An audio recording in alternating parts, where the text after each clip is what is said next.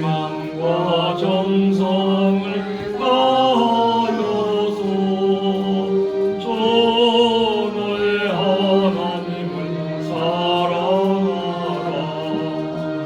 내 몸을 아끼고 사랑하루. 형제와 이웃을 사랑하라. 주께서 우리에게 명하시니 그 명령 따라서 살아가리. 널 미워해 치는 원수라도 언제나 너그럽게 살아가라. 날 핍박하는 자 위에서도 신실한 마음으로 복을 빌라.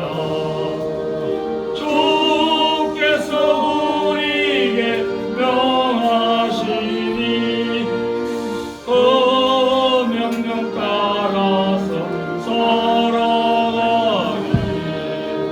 나 항상 주님을 대화하고 형제를 억울하게 괴롭혔다. 이러한 죄인을 사랑하사 주께서 몸버려 죽으셨다.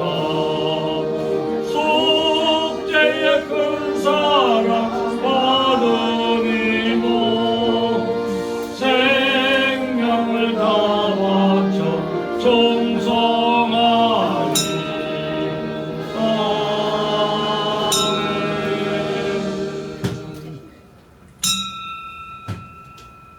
다같이 묵상 기도 드리시므로 주일 오후 예배 하나님께 드립니다. 다같이 묵도 드립니다.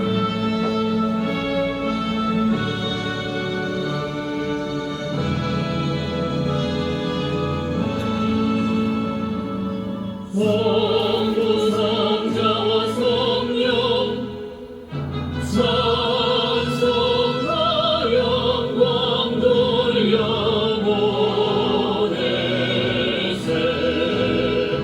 내처로 지금까지 또 영원토록 하여 성삼위 내 영광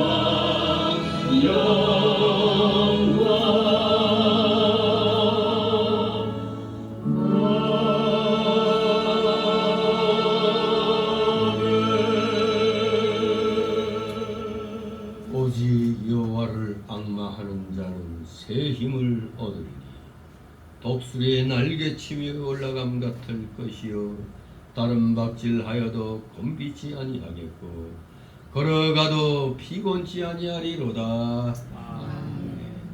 다같이 사도신경으로 신앙고백 드립니다.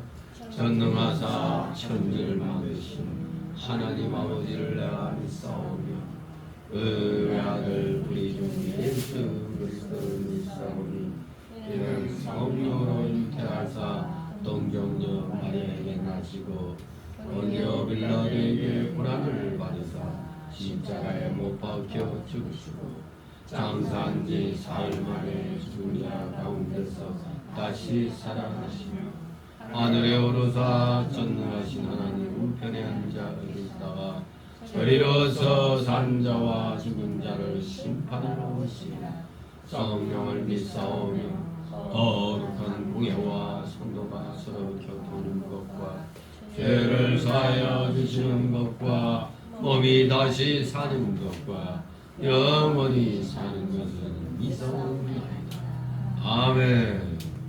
다같이 찬송가 325장 325장 중심으로 이 시간에 박복순 집사님 기도 인도하십니다. 325장 325장.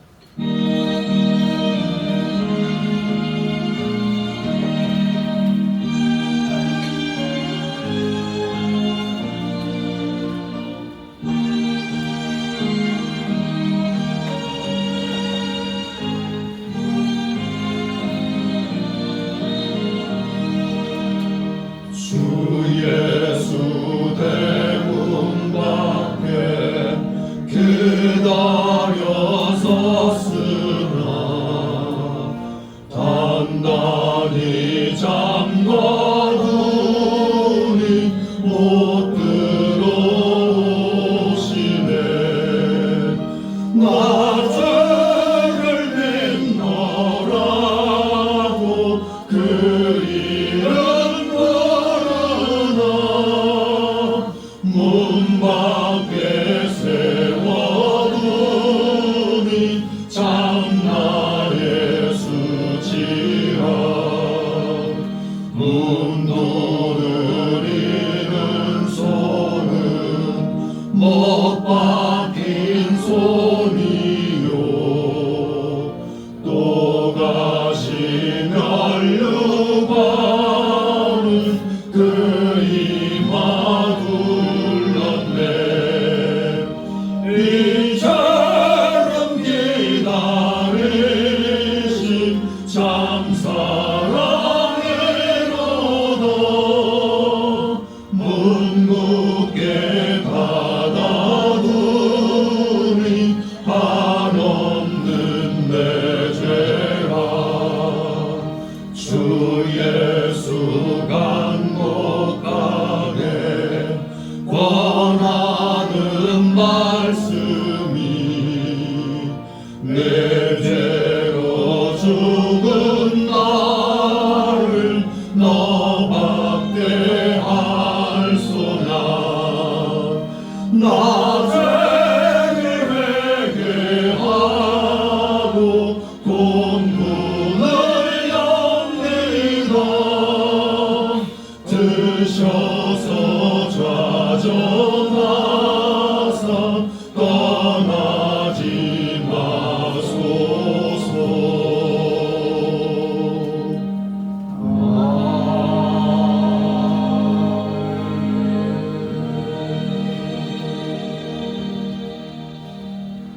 기도드립니다. 사랑과 은혜가 풍성하신 하나님 아버지, 하늘이 높아지고 오곡이 풍성한 열매가 익어가는 아름다운 계절 9월 둘째 주, 오늘도 우리에게 귀한 날 하나 되어주시고 주님 앞에 나올 수 있도록 은혜를 베풀어 주시네 감사합니다. 한 주간에도 세상 속에서 잠시나마 하나님을 잊고 지내던 시간들이 있다면 기억나게 하시고 예수 그리스도의 그로 깨끗이 씻어주시고 우리의 몸과 마음을 정결케 한 시간 되게 하옵소서. 하나님의 뜻을 분별하게 하여 아버지의 마음을 더 깊이 알아가게 하여 주시고 우리가 서 있어야 하는 자리가 어디인지 우리가 걸어가야 하는 길이 어디인지 어느 방향으로 가야 할지 알게 하여 주시옵소서. 우리 입술에 사십도를 세워주셔서 함부로 말하거나 행동하지 않게 하여 주옵시고 하루하루를 헛되어 보내지 않게 하여 주옵소서. 이 나라 이 민족을 기억하여 주옵소서. 대통령과 모든 이전자들이 자기의 이치에 최선을 다해 이 어려운 시대를 잘 해결해 나갈 수 있도록 인도하여 주시옵소서. 모든 국민들에게 이 지지를 받을 수 있도록 국민들의 정서를 잘 수용하고 소통하는 정보가 될 수 있도록 인도하여 주시옵소서. 전국의 강력 범죄들이 점점 많아지고 있습니다.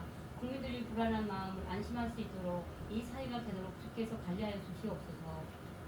오늘도 말씀 전하신 우리 목사님께 영육간에 강건케 하사 전하신 말씀에 은혜 받는 시간 되게 하옵소서. 주의 이름을 부를 때 만나 주시고 그 손을 어루만져 주시며 치유하여 주시옵소서. 회복될 수 있도록 은총을 베풀어 주시옵소서.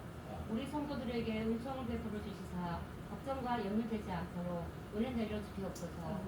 드려지는 예배가 하나님께 영광 받으시길 원하며 이 모든 말씀 예수 그리스도 이름으로 기도드리옵나이다. 아멘.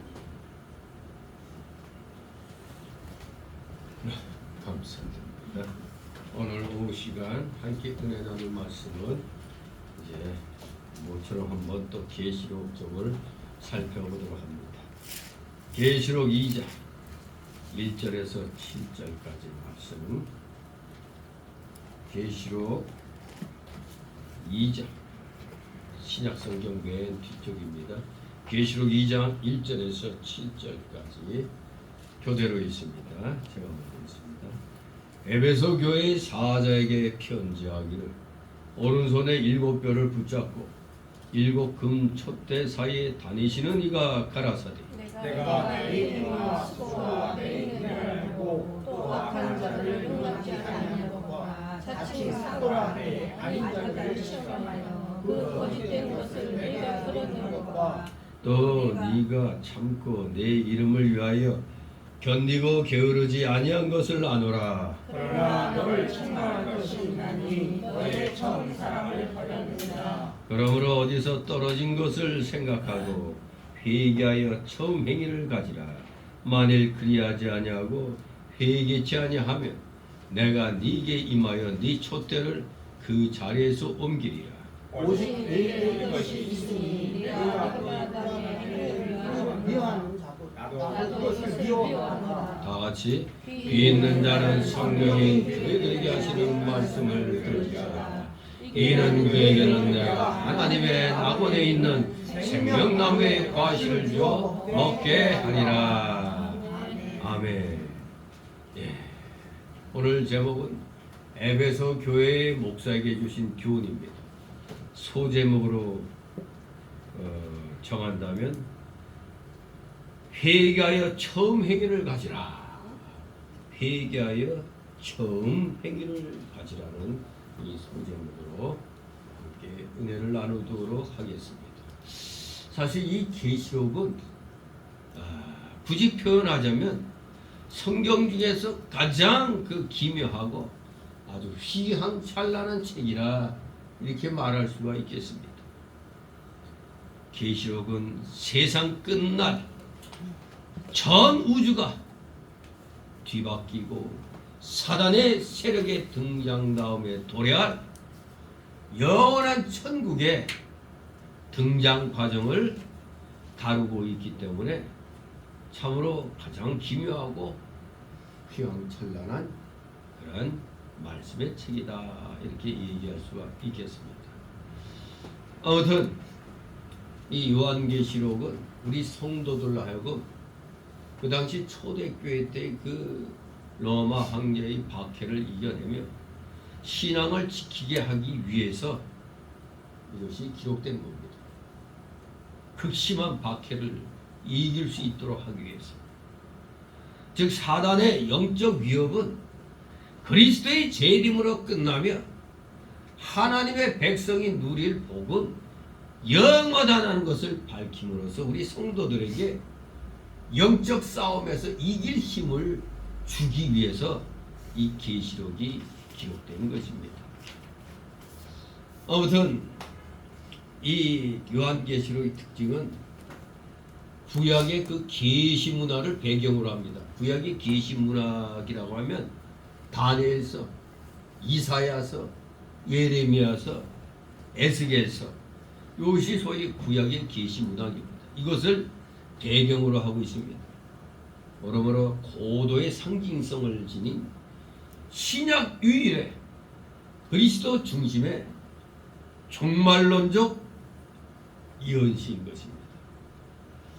아무튼 크게 이 요한계시록은 1장에서는 요한이 본 것을 기록을 하면서 요한이 그 많은 그 받은 그 계시의 본질을 규명하고 2장 3장에 가면 이제 있는 일에 대해서 메시지를 선포하고 있는 겁니다. 이제 있는 일, 즉 소아시아의 7교회에 보내는 메시지를 담고 있는데 이 7교회가 오늘날로 말하면 전 세계 모든 교회를 이 7가지 형태로 나눠서 생각할 수가 있는 겁니다. 그러면 우리 성운교회는 과연 이 7교회 중에 어디 교회에 속했을까를 또 우리가 또 스스로 질문을 던지고 정의를 낼 수가 있겠습니다. 그리고 4장에 가서 끝에 22장까지 장차 될 일에 대해서 기록하고 있습니다. 장차 될 일. 이 본론 전체에 이 4장에서 22장이 본론 전체라고 한다면 4, 5장은 일종의 그 서론 부분에 해당이 되는데, 여기에서 사도 요한은 하늘로 옮겨져 보좌에 앉으시니와 어린 양의 구원을 찬양하는 24장로와 네 생물에 관한 신비한 환상을 보게 됩니다.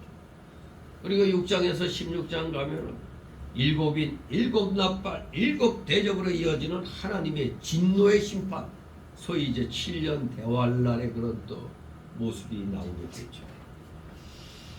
또 12장, 14장 가면은 일곱째 나팔의 재앙과 일곱 대접의 재앙 사이에 삽입된 많은 부수적인 그 예언들이 나옵니다.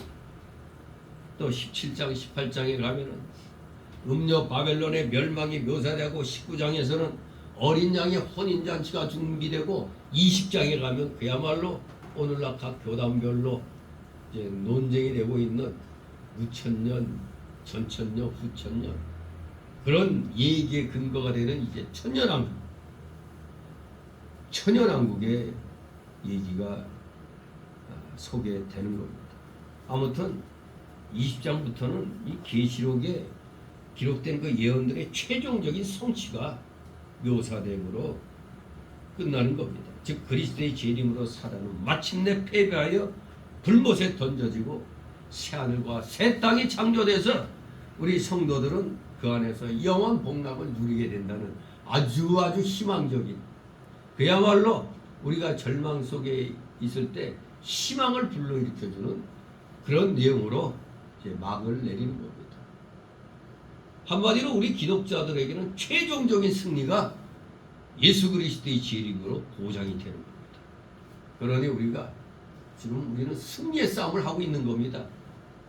패배한 싸움이 아니라 우리는 승리의 싸움을 하고 있기 때문에 안심하고 순종하고 나가면 되는 겁니다. 자, 그런 가운데서 이 수많은 교회가 있지만 무형교회는 세상에서 몇 개라고? 무형교회는 단 하나밖에 없죠.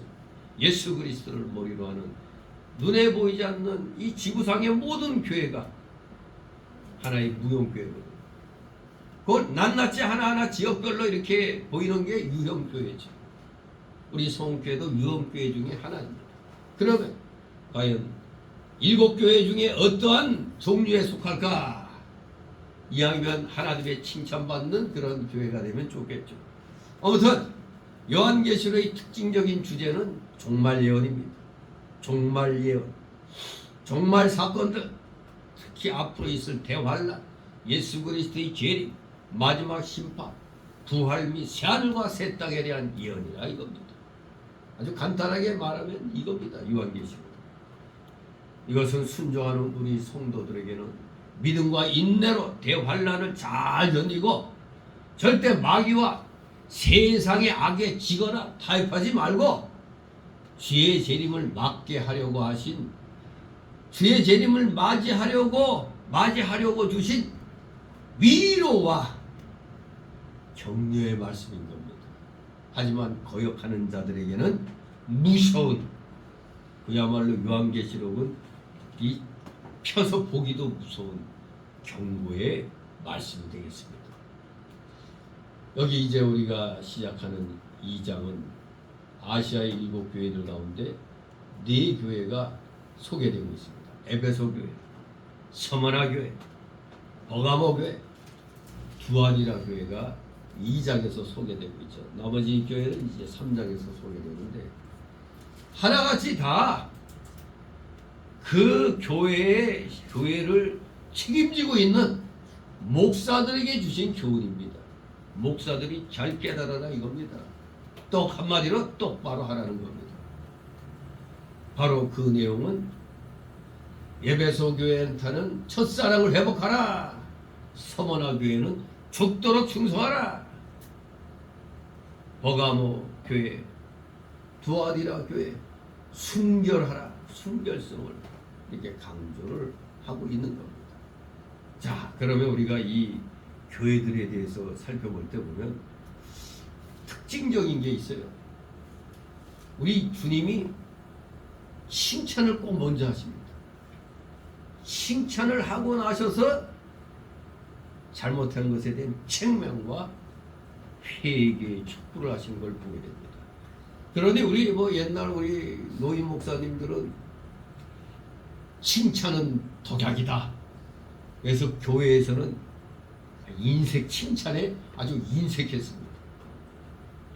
왜 칭찬하면은 교만해진다고 그렇게 얘기를 하는데, 그럼 우리 예수님이 그거 몰라갖고 그럼 칭찬합니까? 한마디로 성경 말씀은 잘한 것은 칭찬하고 잘못한 것은 책망하라는 겁니다. 회개를 촉구하라는 겁니다. 그리고 오늘날에도 이 심리학에서도 보면 칭찬은 고래도 춤추게 한다고 그러잖아요. 이게 성경을 잘못 배워가지고 칭찬은 독약이야 해가지고 아예 그냥 애들한테도 칭찬 안 하고 그냥 잘한 것에서도 칭찬 안 하니까 이거 잘해봐야 욕만 먹네. 이런 또 풍조가 또 생기기도 쉬워요. 그래서 이 책망을 많이 하는 교회는 어떻게 보면은 성도들 하여금 좀 의욕을 상실하게 만드는 경향이 있어요. 이 섞어가면서 해야 되죠. 성경적으로 하면 됩니다. 잘한 것은 잘했다고 하고 잘못한 것은 분명히 명확하게 책망해야 됩니다. 근데 오늘날의 교회들은 또 거꾸로 돼가지고 책망은 안 해. 칭찬만 하고 있어. 그냥 귀에 듣기 좋은 말만 하고 있단 말입니다. 불의에 대하여 싸우라 그러면 기독교가 사랑의 종교인데 왜 목사님이 맨 그런 얘기하느냐. 그러나 우리 에베소서를 보면은 교회의 전투성에 대해서 가르치고 있어요. 에베소서가 교회에 대한 그런 교회의 말씀인데 한마디로 교회의 전투성을 가르치고 있는 거예요. 이 지상교회는 싸우는 교회입니다. 전투하는 교회예요.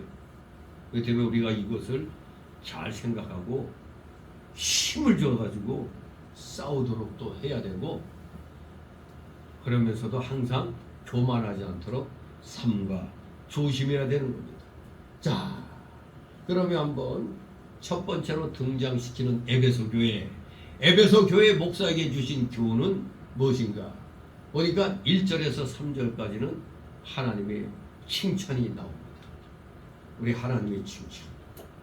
그 다음에 4절 6절은 하나님의 책망과 회개의 촉구. 마지막 7절은 하나님의 약속입니다. 정말 논리 경연하게 기승전결 착착착 이렇게 나옵니다. 자, 그러면 이제 첫 번째 단락으로 1절 3절 하나님의 칭찬. 1절 있습니다. 에베소 교회 사자에게 편지하기를 오른손에 7뼈를 붙잡고 7 금촛대 사이에 다니시는 이가 가라사대. 이 아시아에 있는 7 교회들에 보내진 모든 편지는 바로 그 교회의 사자, 즉 감독자입니다. 오늘날로 말하면 목사에게 보내진 서신입니다. 목사는 교회를 인도하는 자입니다. 마치 목자가 양무리를 인도하듯이 목사는 하나님의 양무리인 교회를 인도하는 것입니다. 여기에 장로들의 역할은 일의 목사와 함께하는 겁니다. 그렇기 때문에 목사가 바로 서면 교회는 바로 설 것이고, 목사가 잘못되면 교회는 문제가 생기는 겁니다. 우리 사람도 머리가 아프면 어때요? 온몸이 다 귀찮죠. 온몸이 아프잖아요. 머리가 맑으면 온몸이 그냥 건강해지는 걸 느끼잖아요. 머리에 해당되는 역할이 바로 목회자의 역할입니다. 그러니 이 머리가 잘못되면 문제가 생기는 겁니다. 세상의 이치도 똑같죠. 세상에서 나라의 지도자를 잘못 세우면 그 나라는 망하는 겁니다. 이시조선 말기에 고조 민비 여러분 사실 이시조선 그 고종 민비 그때 이시조선 백성들한테 진짜 사실 백성들이 잘 몰라서 그렇지 아주 악질입니다. 악질. 고종과 민비는 나라를 팔아먹고 지들은 일본으로부터 그냥 자기 받아가지고 돈 받아가지고 호의호식하고 살았어요. 그런데도 말로는 나라를 빼앗겨서 저저저 누가 그렇게 만든 건데. 그때 이시조선의 머리는 고종 아닙니까? 고종. 또 그 안사람인 민비 뭔 놈이 말이 좋아 명성황후. 아주 지금 명성황후를 완전히 지켜 세워놨어요. 과장도 그런 과장 없습니다.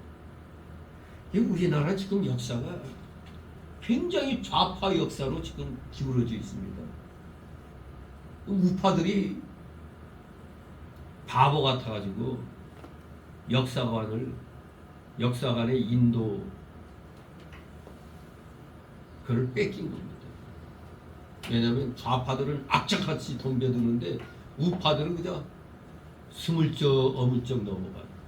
그러니까 지금 대한민국 역사 지금 진짜 이 개판입니다. 특히 독립운동사도 너무나 과장된 게 너무나 많아요.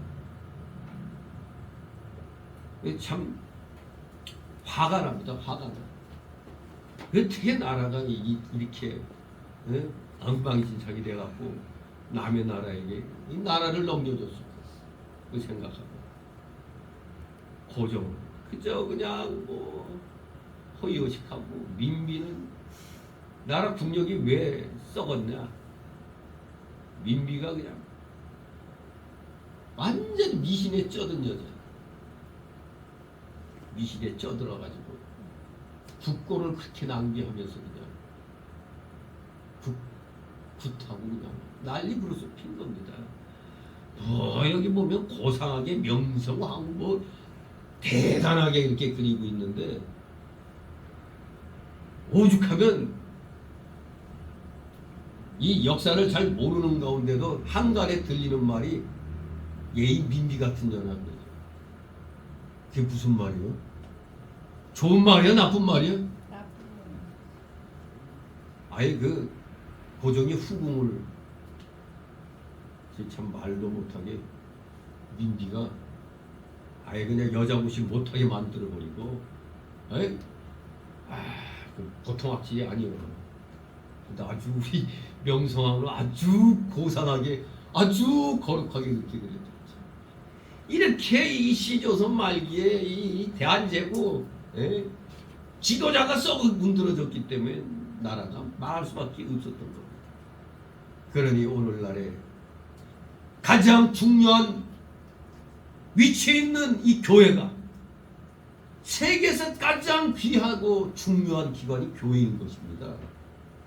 교회를 보고 하나님이 이 세상을 역사하시는 겁니다. 교회가 바르게 되어지도록 역사하시는 겁니다. 모든 역사는 교회에 맞춰져 있는 겁니다. 교회를 중심으로 되는 겁니다. 뭘 알아야지. 그러니까 히스토리아죠. 영어로 히스토리 아닙니까? 히스 띄면 히즈 플러스 히스토리. 그의 이야기, 하나님의 이야기라는 겁니다. 그리고 불기, 단기 아무리 뭐라고 해도 달력 뭐가 기준이에요? 예수님 탄생 그게 기준이에요. 알게 모르게 다 그렇게 쓰고 있어요.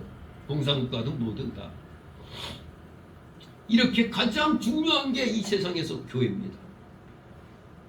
그런데 이 중요한 이 교회에 하나님이 너 머리 역할해라 하고 목사를 세워놨더니 아니 이 목사가 교만에 빠지고 이기심에 빠져가지고 교회를 잘못된 길로 인도하는 겁니다. 세상 권력가에게 아부하고 말이에요. 그런데 문제가 생기는 겁니다. 정권이 바뀌니까 또 그냥 교인들은 우왕좌왕하는 거예요. A 정권에 충성했다가 반대되는 B 정권이 들어서니까 또 여기도 또 충성해야지. 뭐 헷갈리는 겁니다. 그냥 기회주의적인. 아니 목사가 기회주의가 되면 되겠어요? 하나님 중심으로 나가야 되죠.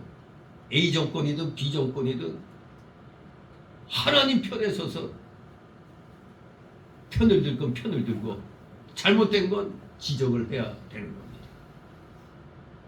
그런데 분명히 머리가 역할 잘못하면 문제가 생기는데 감사하게도 우리 주님께서는 오른손에 7뼈를 붙잡고 7 금촛대 사이에 다니신다고 지금 말씀하고 있는 것입니다. 예. 7뼈는 헬라어로 보면 이제 사자를 앙겔로스라고 그러죠. 사자, 앙겔로스. 각 교의 사역자 또는 천사를 의미한다 이렇게 말을 합니다만 그것보다는 여기에서는 분명하게 교회를 보호하도록 하나님의 위임을 받은 하늘의 사자, 즉 천사를 의미한다. 하늘의 사자, 천사. 또 7 금초대는 소아시아 지역의 7 교회와 그리스도 안에 있는 모든 교회. 7이라는 수가 완전수잖아요. 하늘의 완전수 3, 땅의 완전수 4, 하늘의 성부, 성자, 성령 3, 땅의 동서남북 4. 하늘과 땅의 완전수가 7이란 말입니다. 바로 모든 그리스도 안에 있는 모든 교회를 7 금초대로 상징하는 겁니다. 자, 이렇게 교회를 보호하도록 하나님의 위임을 받은 하늘의 사자를 붙들고 또 지상의 그 모든 교회를 붙잡고 다니시는 이 바로 우리 주 예수님. 앞으로 되어질 모든 일들을 알고 계십니다.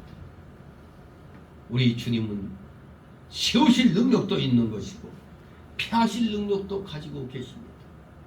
하나님은 주권자이시기 때문에 자신의 원하시는 바를 다 이루십니다. 그러므로 우리 인생은 하나님 앞에 잠잠해야 합니다. 우리는 조용히 주님을 의지해 나가면 되는 것입니다. 왜? 아니 교회를 보호하도록 하는 이 하나님의 사자도 붙들고 지상의 모든 교회를 붙잡고 계시는 주님이 계신데 붙잡고 계신다는 것은 보호 아래 둔다는 얘기입니다. 그러니 우리는 안심하고 우리의 해야 할 일을 해 나가면 되는 겁니다. 2절 3절 있습니다. 내가 네 행위와 수고와 네 인내를 알고 또 악한 자들을 용납지 아니한 것과 자칭 사도라 하되 아닌 자들을 시험하여 그 거짓된 것을 네가 드러낸 것과 또 네가 참고 내 이름을 위하여 견디고 게으르지 아니한 것을 보노라. 아멘. 아노라. 예. 참으로 하나님이 수고 많았어. 그래. 불의를 용납지 아니했어. 잘했어. 자칭 사도라는 거짓된 자들을 네가 드러냈어. 그리고 네가 힘들고 어려도 참고 내 이름을 위해서 게으름 안 피운 거 잘했어 하고 칭찬하는 겁니다. 전지전능하신 우리 주님은 바로 여기 에베소 교회 목사의 선한 행위들을 아신다고 말씀하십니다. 목사들이 정신 차려야 되는 겁니다. 하나님이 다 알고 계시는 겁니다. 주님께서는 그 목회자의 믿음의 수고와 인내를 아신다고 했습니다. 때때로 우리 성도들은 목사의 중심을 모를 수도 있어요. 왜? 한때 세상이 어지럽고 목회자가 세상의 잘못된 점에 대해서 얘기하면 우리 모두 이때같이 사상이 왜 교회가 쓸데없이 세상에 감나라 통나라 하냐. 이때까지 우리가 그렇게 배웠잖아요. 세상에 대해서는 정치, 사회 뭐 이런 데에 대해서는 얘기하면 안 된다. 막 이런 식으로 지금 배워왔었잖아요. 그게 잘못된 것을 목회자가 알고 바른 말 하니까 어때요? 반발이 일어나죠. 이때까지 우리가 어떤 거하고 좀 다른데. 좀 목사가 좀 타락했나? 이렇게 생각하는 거예요. 목회자가 올바른 거 하려고 욕을 먹더라도 바른 말을 하려고 하는데 교인들은 몰라줄 때가 있는 겁니다. 그러나 그한 때라도 주님은 알고 계십니다. 특히 여기 에베소 교회 목사는 오늘날 귀주의 목사들 똑바로 알아야 됩니다. 악한 자들을 용납했다고 그랬어요? 안 했다고 그랬어요? 용납지 아니했다고 그랬어요. 불의와 타협하지 않았다 이겁니다. 또 자칭 사도로 하나 아닌 자들, 거짓된 자들 아닙니까? 거짓 사도들. 그래서 시험에서 그 거짓된 것을 드러내었어요. 분명히 저 이단이다. 저거 가까이 하지 말라 얘기해 줘야 되잖아. 이단도 괜찮아. 뭐 가서 이단의 열심은 배울만 해. 이거 무슨 말입니다. 이거 우리 목사들이 생각 없이 얘기하는 거예요. 그래도 이단. 그래 물론 표면적으로 보면 열심히 있어요. 그러나 그 열심은 잘못된 거에 대한 깨달음으로 일어난 거니까 그런 열심은 배우면 안 되는 겁니다. 교주에 얽힌 그 열심인데 그걸 왜 배워요? 근데 멋모르고 생각 없이 하도 뭐 게으르니까 이단의 열심이라도 배우라는 말 곧잘 하잖아요. 목사들도. 절대 그 열심 배우면 안 되는 겁니다. 잘못된 지식에 의한 열심이거든요. 뭐 어떻게 그걸 배우라고 그래요? 안 되는 겁니다. 시험에서 드러내야 됩니다. 그건 잘못된 거다.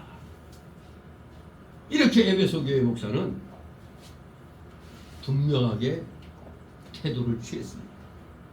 진리를 지키기 위해 싸우는 일은 힘든 일입니다. 많은 원수들과 싸워야 하는 힘든 일이에요. 이 진리를 지키기 위해서 싸우는 일은 원수가 많이 나타나요. 이상하게. 또 그래서 왜 너만 유별나게 하냐 이런 말 들으면 낙심하기 쉬워요. 자꾸 이런 말 들으면 그래 내가 뭐 생길 게 있다고 뭐 나 혼자 뭐 이러냐 이렇게 실망해요. 힘이 빠져요. 하지만 이 에베소 교회 목사는 그런 것을 잘 참고 수행하고 피곤하지 않았다고 했습니다. 이 게으르지 아니했다는 원어를 보니까 피곤하지 않다는 뜻입니다.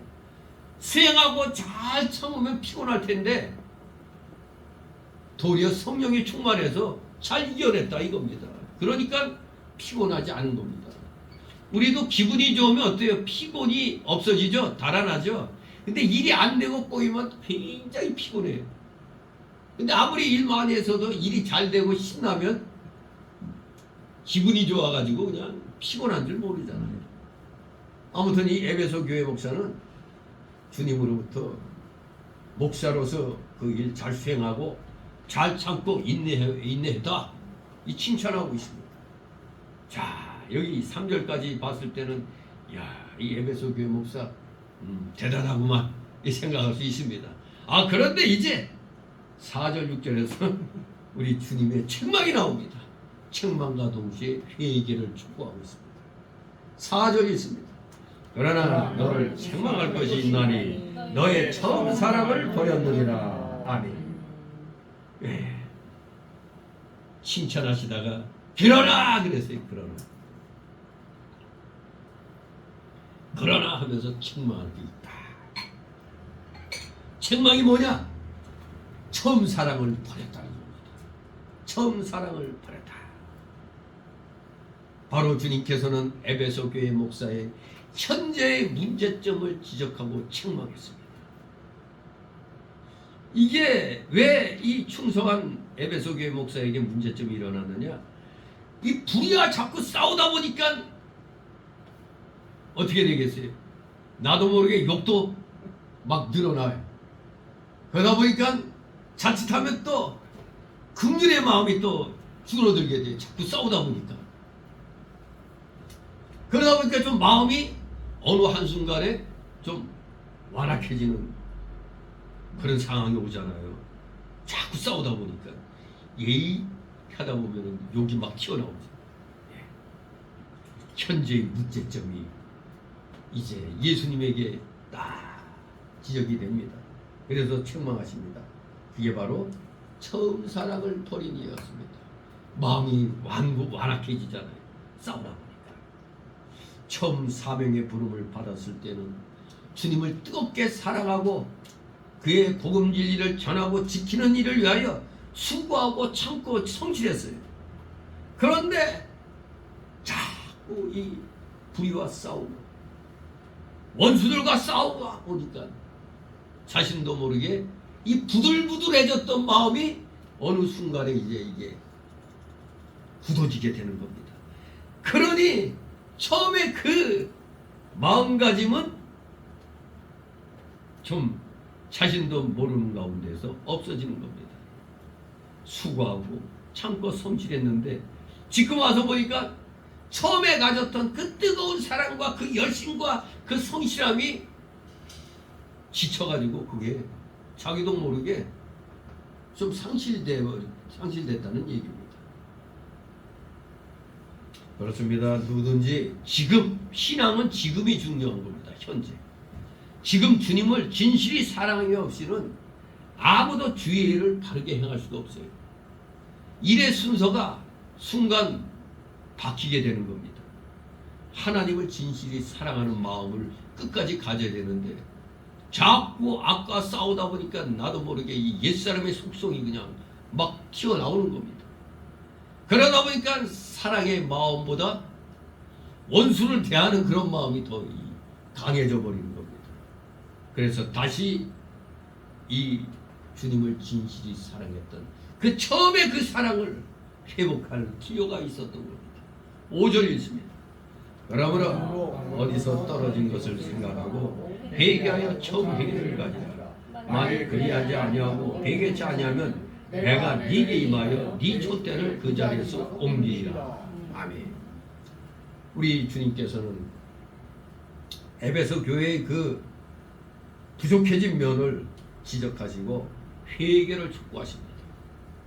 물론 우리가 아는 그 근본적인 회개, 예수님을 나의 구주로 영접함으로 구원받는 중생함의 회개는 우리 일생에 단 한 번밖에 없습니다.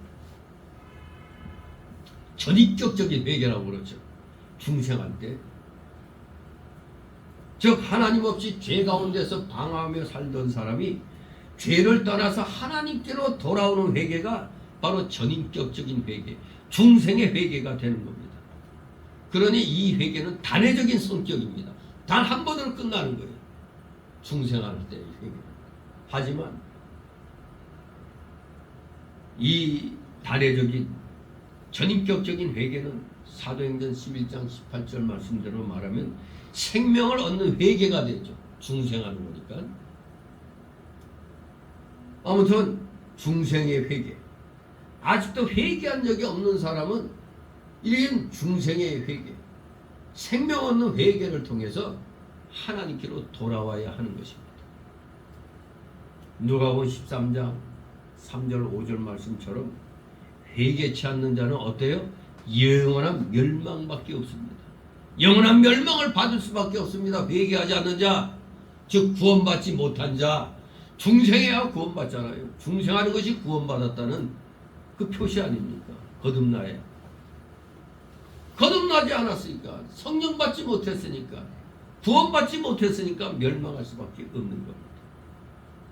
그런데 문제는 우리 이 개혁주의 신앙에는 이런 단회적인 회개, 즉 전인격적인 회개는 일생에 단 한 번밖에 없어요.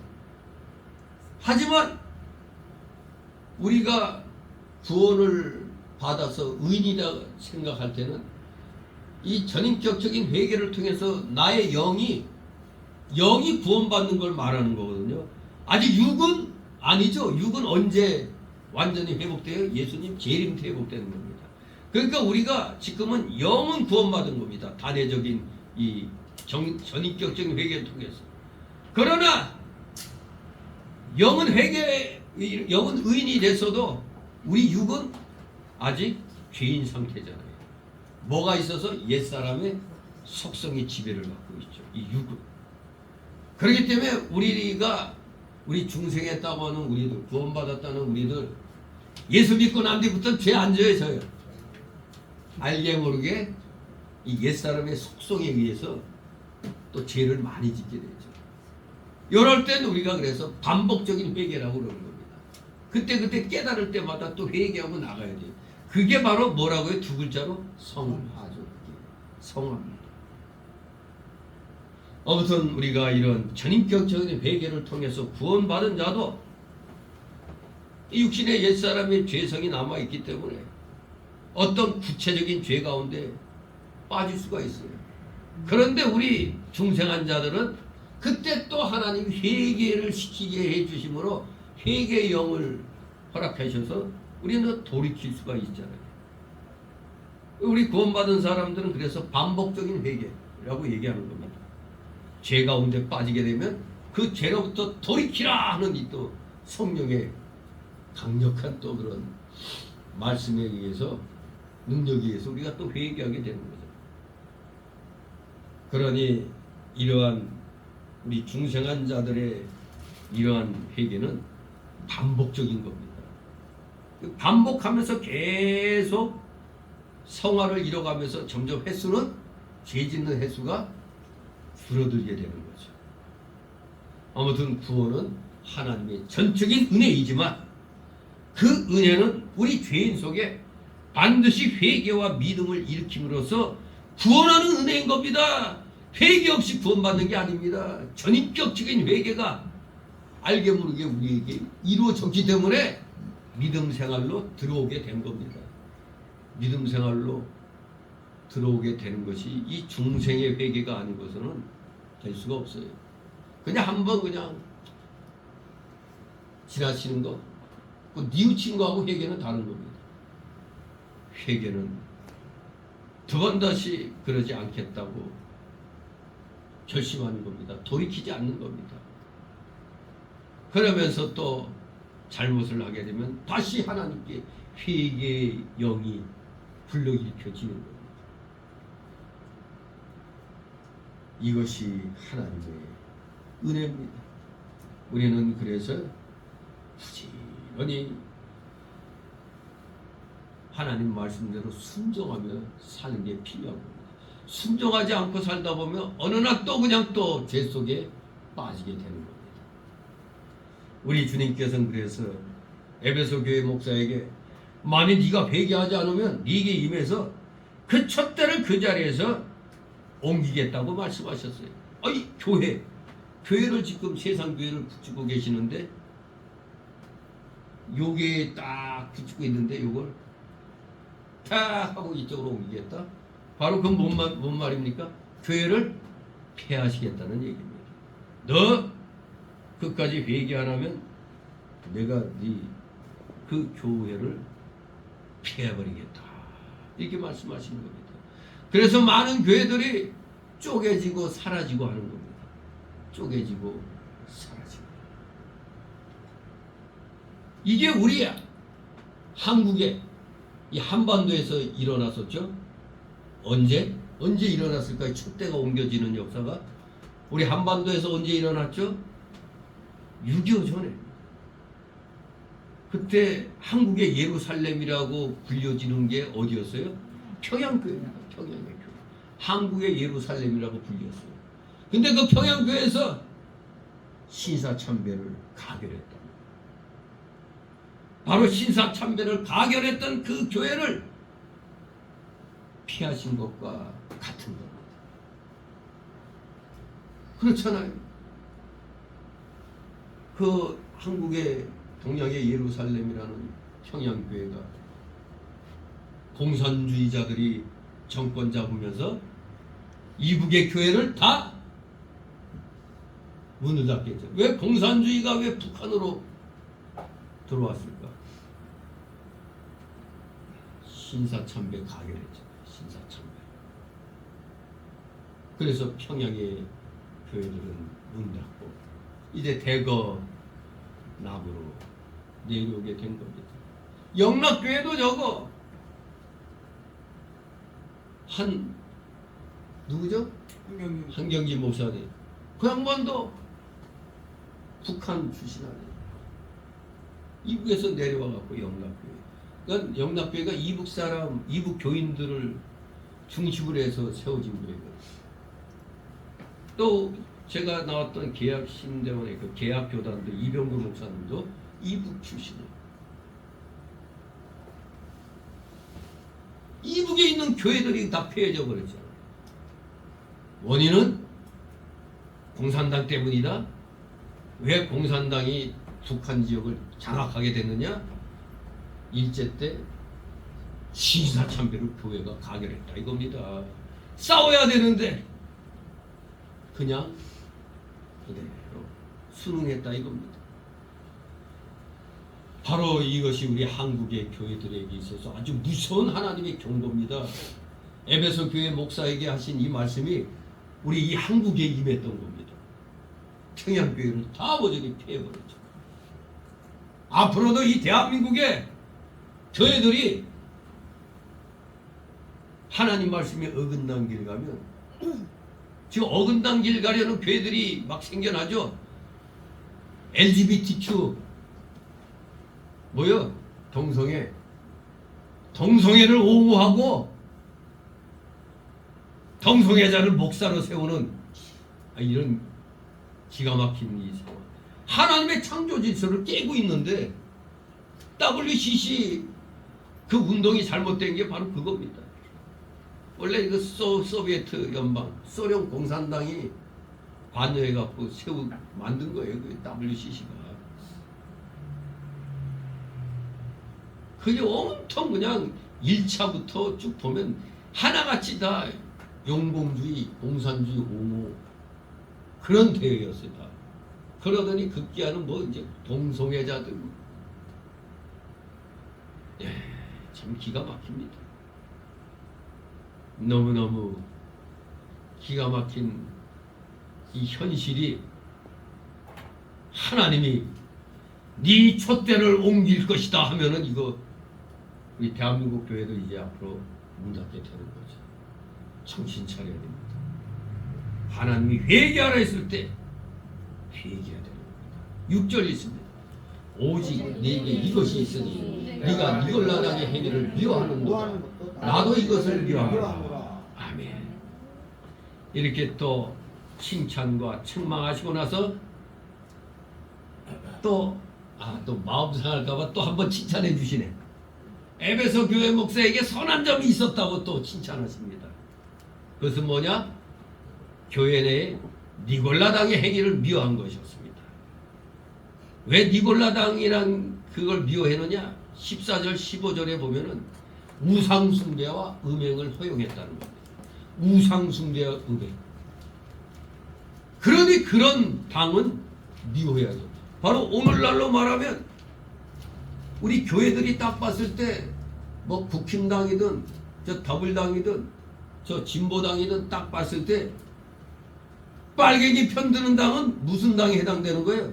우상숭배와 음행을 허용하는 당. 과연 그러더니 저 빨갱이 편드는 것들은 동성애 편들잖아요. 딱 맞죠? 동성애 편들어요. 그러니 교회들이 요 니골라당의 행위를 하는 이런 오늘날의 이런 정당들 배척해야 돼요? 배척 안 해야 돼요? 배척해내야 되는 겁니다.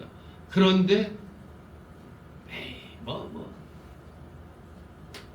다 정당 선택은 자유지. 물론 정당 선택은 자유입니다.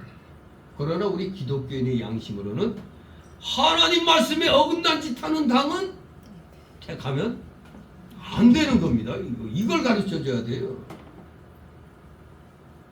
하나님 말씀에 어긋난 걸 갖다 이행하려고 하는 당이 있다면 오죽하면 더블당에서 교회 폐쇄법을 발의한 놈들이 76명이나 돼요. 저 정상적인 당입니다. 그러니까 태영호가 뭐라고 그랬지? 민주라는 말을 붙일 자격이 없는 당이에요. 자기를 북에서 내려온 쓰레기라고 변절자라고. 옛날에 임수경이가 그랬죠. 평양 그 축전에서 옛날에 만났던 사람이 이제 탈북해서 여기 왔는데 임수경이 그것이 그냥 그 비례대표라 뭐 국회의원 빠지 달긴 달았지.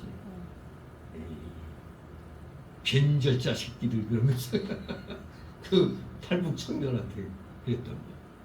쓰레기야. 그랬더니 또 북에서 또 임수경이 말을 또 옹호하대. 변절자다. 그래 우리 북한을 배신했으니까 변절자 맞다. 참. 우리 주님이 지금 분명히 에베소 교회가 니골라당의 행위를 미워했다고 그러잖아요. 그럼 우리 교회들이 하나님 말씀에 어긋난 짓 하는 교회 내에 무슨 파벌이라든가 또 세상에 이런 여러 정당들이라든가 여기 잘못된 것은 분명히 선포해야 되는 거 아닙니까? 저 당이 저런 걸 몰아내기 전까지는 지지하면 안 된다. 그 얘기해야 되는 거예요. 이 니골라당은 복음의 자유를 왜곡하고 남용을 했던 겁니다. 그렇기 때문에 주님의 참된 종들은 절대 이런 이단들을 이 세상적인 것들 이거 용납하면 안 되는 겁니다. 그런데 이 에베소교회 목사가 네가 니골라당의 행위를 미워하는도다. 나도 이것을 미워하노라. 그래 그거는 잘했구나 하고 칭찬했습니다. 그러므로 우리 주님께서는 이제 7절을 통해서 약속하십니다. 하나님의 약속 7절 있습니다. 있는 자는 성령이 그들이 하시는 말씀을 들을지어다. 이는 그에게는 내가 하나님의 나무에 있는 생명나무의 과실을 주어 먹게 하리라. 아멘. 뭐 사람들이 귀가 있어요 없어요? 다 귀 있죠. 귀 없는 사람이 어디 있어요? 근데 그때요 귀 있는 자는 성령이 하시는 말씀을 들으라 하는 것은 영의 말씀을 들을 귀 있는 자들을 말하는 겁니다. 영의 말씀을 들을 귀가 갖고 있는 자들은 똑바로 들으라 이겁니다. 우리 예수님의 말씀은 곧 성령의 말씀 아닙니까? 하나님 우편에서 주시는 말씀을 성령이 우리에게 전하는 겁니다. 오늘 여기 에베소 교회 사자에게 하신 말씀은 다른 교회들뿐만 아니라 즉 지상의 모든 교회들의 사자들과 성도들에게 그리고 오늘 시대를 초월해서 오늘 우리 모두들에게도 적용되는 말씀인 겁니다. 시대를 초월해서 주시는 말씀이에요. 이 말씀은 즉 우리는 어떤 자가 돼야 된다고? 이기는 자가 되라고 했습니다. 이기는 자가 돼야 된다 이겁니다. 불의와 맞서 싸워 이기는 자가 되라는 겁니다. 우리 지면 안 됩니다. 악과 싸워 이겨야 되지 지면 안 되는 겁니다. 이기는 자가 돼야 된다고 강조하고 계십니다. 이긴다는 말은 죄와 사탄과 세상을 이긴다는 말입니다. 이기는 자는 바로 어떤 약속이 있습니까? 하나님 나무에 있는 생명나무의 과실을 먹게 된다고 했습니다. 하나님의 나무에 있는 생명나무 과실을 먹는다는 건 뭡니까? 우리 옛날 진시황이 좋아했던 불로초, 예, 영원한 생명을 누리는 걸 말하는 겁니다. 영생, 생명나무 과실을 먹는다는 건 영생을 누리는 걸 말하는 겁니다. 그러나 지는 자, 곧 죄에 지고 타협하고 사단과 세상과 타협하여 지는 자들은 영생을 누리지 못하게 됩니다. 요한일서 5장 4절에 하나님께로서 난 자마다 세상을 이기느니라. 영원전 그리스도 안에서 하나님의 택함을 받은 자는 영생을 얻고 이기는 자가 되는 것입니다. 그러나 분명히 알아야 됩니다. 그것은 그냥 자동적으로 되는 게 아닙니다. 우리 인간편에서 성실히 노력하는 것을 통해서 이루어지는 겁니다. 즉 싸워야 이길 수가 있는 겁니다. 그냥 가만히 앉아갖고 기도만 하면 되는 게 아니라 성실한 노력을 통해서 바로 이 영생을 얻고 이기는 자가 되는 겁니다.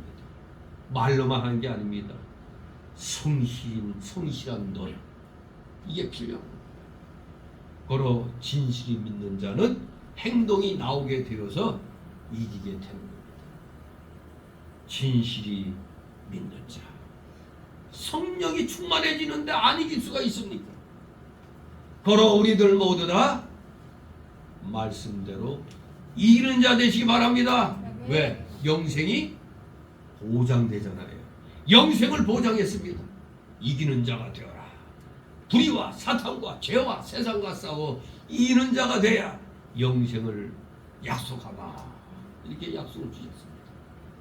이제 결론적으로 오늘 말씀을 정리해서 교훈을 찾아보면, 첫째, 우리는 하나님 앞에서 오래 참으면서 선행과 수고에 힘쓰자 이겁니다. 하나님 앞에서 오래 참으면서, 즉 인내하면서 선행과 수고를 힘쓰자. 즉 우리 사람들은 우리의 중심을 몰라줄 수 있죠. 그러나 하나님은 모든 것을 아십니다. 우리가 믿음의 선한 싸움할 때 세상 사람들이 비난하고 조롱해도 거기에 상처받지 말고 그냥 우리는 우리 할 일 그냥 하면 되는 겁니다. 왜? 하나님이 다 알고 계시니까. 지금 모든 것을 하나님이 다 세고 계세요. 하나 잘했어, 둘 잘했어, 세고 계십니다. 그러므로 절대 우리 낙심하거나 피곤해하지 말고 늘 선을 행하고 진리 위해서 수고해야 되겠다. 이것이 첫 번째로 주시는 교훈입니다.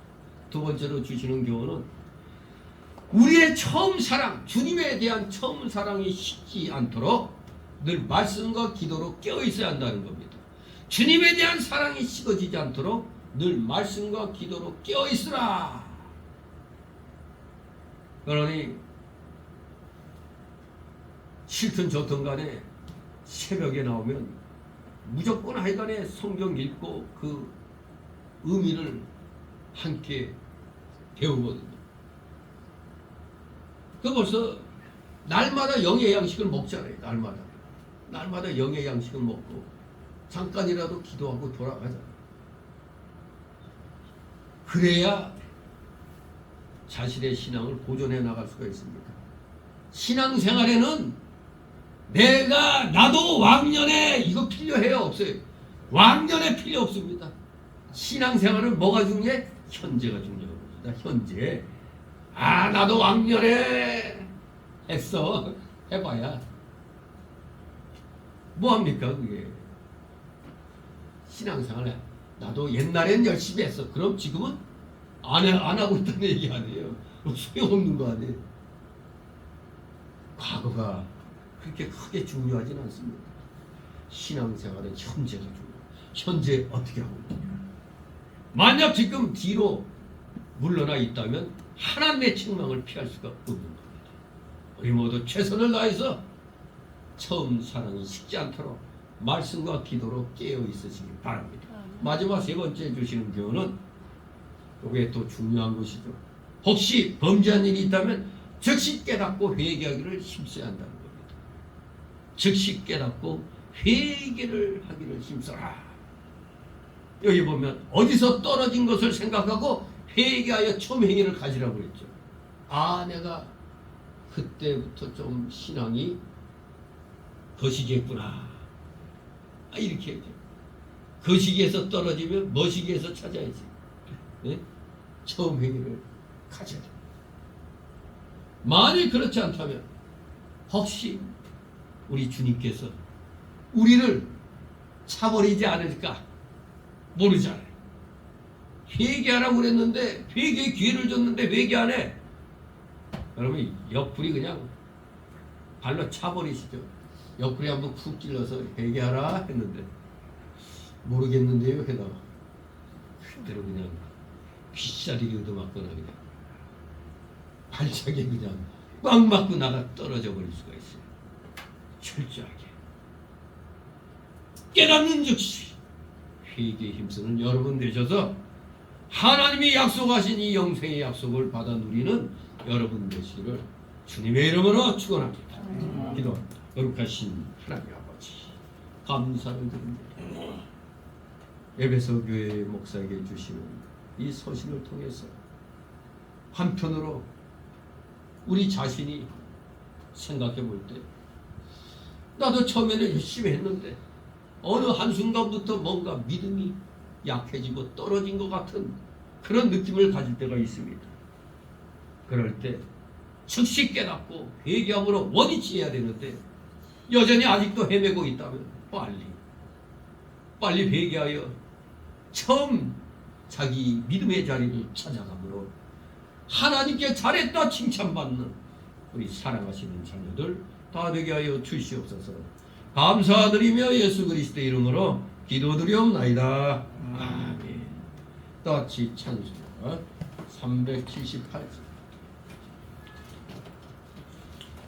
378장 찬송입니다.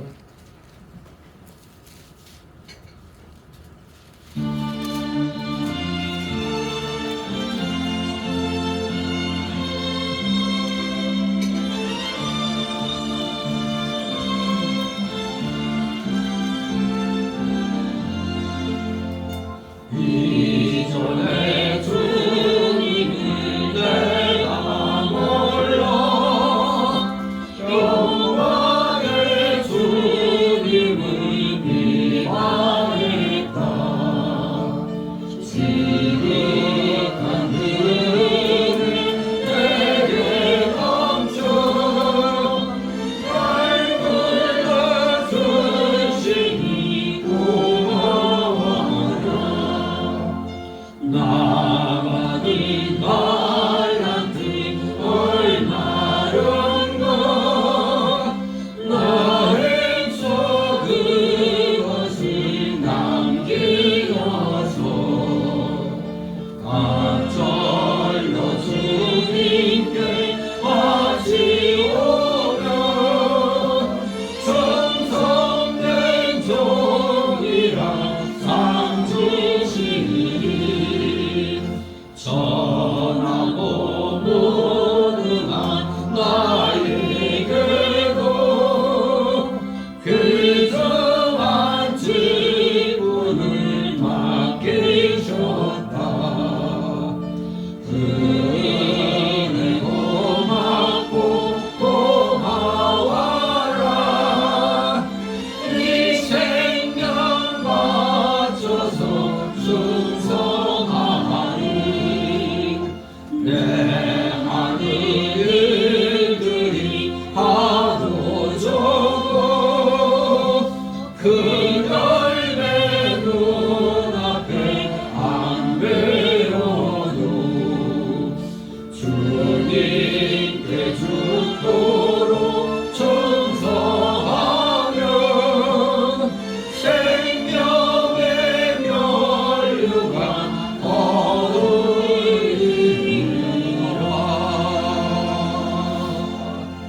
아멘. 주기도문을 마칩니다. 하늘에 계시는 아버지, 이름이 거룩히 받으시오며 나의 원심이 뜻이 하늘에서 이룬 것 같이 땅에서 이루어지리이다. 오늘날 우리에게 영광을 주시고 우리가 우리의 죄진 자를 사는 것 같이 우리의 죄를 사하여 주시고 우리를 시험에 들게 하지 마옵시고 다만 악에서 구하소서. 내게 나라와 권세와 영광이 아버지께 영원히 있사옵나이다. 아멘.